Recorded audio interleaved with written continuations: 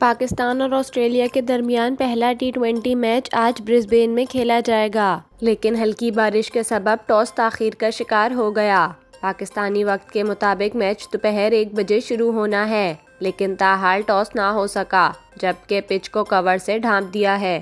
رضوان کا اس میچ کے حوالے سے کہنا تھا کہ تیاری اچھی ہے، فائنل 11 سے متعلق وہی فیصلہ کریں گے جو بہتر ہوگا۔ دوسری جانب آسٹریلیا کو مچل سٹارک، جوش ہیزل ووڈ، مستقبل کے کپتان مچل مارش اور اوپنر ٹریوس ہیڈ کی خدمات حاصل نہیں ہوں گی۔ جوش انگلش سیریز میں آسٹریلیا کی قیادت کریں گے۔ اس فارمیٹ میں دونوں ٹیمیں آخری بار مارچ 2022 میں لاہور میں آمنے سامنے آئی تھیں، جس میں آسٹریلیا نے کامیابی حاصل کی تھی۔ واضح رہے کہ دورہ آسٹریلیا میں ون ڈے سیریز جیتنے والی پاکستان ٹیم کے پاس T20 سیریز جیت کر مزہ ڈبل کرنے کا سنہری موقع ہے۔